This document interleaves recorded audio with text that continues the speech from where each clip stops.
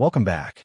Today we're diving into a heated Senate exchange that reveals a deep clash over where our rights truly come from: God, government, or the Constitution. This debate goes to the very heart of American values and how we define freedom and equality. A senator directly challenged Mr. Barnes after he quoted Secretary Rubio. "Our rights come from God, our Creator, not from our laws, not from our government." This sparked concern, with the senator warning that such language resembles theocratic regimes like Iran, which justify discrimination under the banner of divine Mr. Barnes, I authority. was struck by your opening comments, and I asked to get a copy of them so I could read them and make sure I quoted them correctly. You state, and this is a quote from Secretary Rubio, "Our rights come from God, our Creator, not from our laws, not from our governments." I find that very, very troubling. I'm a devout person. I was a missionary in Honduras. We've got other devout folks in this room, Christian, Jewish, Muslim American. The notion that rights don't come from laws and don't come from the government, but come from the Creator, that's what the Iranian government believes. It's a theocratic regime that bases its rule on Shia law and targets Sunnis, Baha'is, Jews, Christians, and other religious minorities. And they do it because they believe that they understand what natural rights are from their Creator.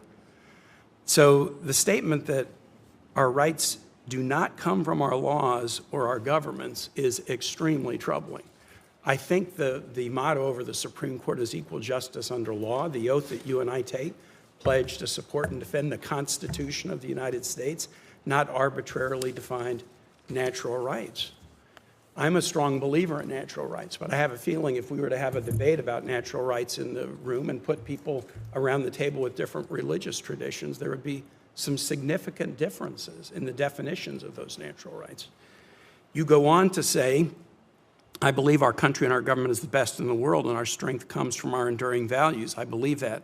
But then you say, and you got to choose what to say in your opening testimony, "These values aren't an endless list of, quote, rights." You put the quote around that to kind of demean the notion of rights that people create and change and form to meet their own needs or desires. "These values aren't identity politics. They're the historic natural rights that we have as individuals pursuing life, liberty, and happiness in the world." Pursuing life, liberty, and happiness. The State Department's Human Rights Report has just struck out all references to the rights of LGBTQ people in countries and the way countries treat LGBTQ people. I mean, do they have a right to liberty? Do they have a right to life? Do they have a right to happiness? Senator Murphy pointed out that the Human Rights Report has taken out information about freedom of association, about freedom of expression, about exploitation of children, about prison conditions. These were all part of the human rights reports that have been done for years by the State Department. I think these are things that are connected to life, liberty, and the pursuit of happiness. They've now all been removed from the State Department's annual human rights report. And the notion that, well, we wanted to make it shorter or more readable just doesn't pass the laugh test with me and many others on this committee.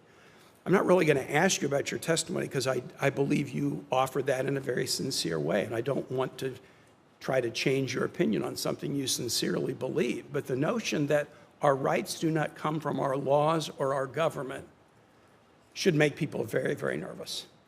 Because people of any religious tradition or none are entitled to the equal protection of the laws under the 14th Amendment. It shouldn't matter what their religious background is, what they think about God or the Creator, what their church affiliation is. You are entitled in this country, every person, to the equal protection of the laws. And so to demean laws and demean governments and suggest that rights don't come from laws and governments, I mean, again, I think there are such things as natural rights, and I try to live in accord with them. But I would never demean the law. We are a nation of laws, not men. Laws, not people. And if we now, after nearly 250 years, suddenly start to demean that or diminish that and suggest, no, it's natural rights as defined by a leader, the leader of Iran or the leader of any nation, that does not create a place of safety or comfort for folks. Mr. Wilcox, I want to just... The senator stressed that in America, rights are guaranteed by the Constitution and equal protection under the law, not based on one group's interpretation of natural rights. He argued that with so many different religions, definitions of natural rights could clash, making laws the only true safeguard of equality. The senator also criticized the State Department for stripping out references to LGBTQ rights, freedom of expression, freedom of association, child exploitation, and prison conditions from its annual human rights report. He argued these omissions undermine America's credibility and core values of life, liberty, and the pursuit of happiness. Then came Senator Ted Cruz's response. He was stunned by the criticism, calling it an attack on the very principles the U.S. was founded upon. Cruz pointed to Jefferson's Declaration of Independence. "We hold these truths to be self-evident, that all men are created equal, endowed by their Creator with certain unalienable rights." According to Cruz, government's role is not to create rights, but to protect God-given ones, even when laws in the past, like slavery, failed to do so. Backhand index pointing right. If you're finding this breakdown helpful, make sure to hit the subscribe button so you don't miss our deep dives into the debates shaping America's future. Mr. Barnes, I'd actually like to go back to the exchange you had with Senator Kaine, and I wish Senator Kaine was still here. Senator Kaine and I were elected together 13 years ago. He is a friend. I would actually encourage observers to go back and listen to what Senator Kaine said, because I have to say I think was disturbing and showed much of where today's Democrat Party has gone wrong. So Senator Kaine said in this hearing that he found it a radical and dangerous notion that you would say our rights came from God and not from government. I just walked into the hearing as he was saying that, and I almost fell out of my chair. Because that radical and dangerous notion, in his words, is literally the founding principle upon which the United States of America was created. And if you do not believe me, and you made reference to this, Mr. Barnes, then you can believe perhaps the most prominent Virginian to ever serve, Thomas Jefferson, who wrote in the Declaration of Independence, "We hold these truths to be self-evident, that all men are created equal, and that they are endowed by their Creator, not by government, not by the Democratic National Committee, but by God, with certain unalienable rights, that among these are life, liberty, and the pursuit of happiness." I have to say it is stunning to me that the principle that God has given us natural rights is now deemed by Democrats some radical and dangerous notion. Mr. Jefferson was right when he wrote those words. Government exists to protect those rights. But slavery was not okay when U.S. law allowed it. It was wrong then, it is wrong now, it is always wrong.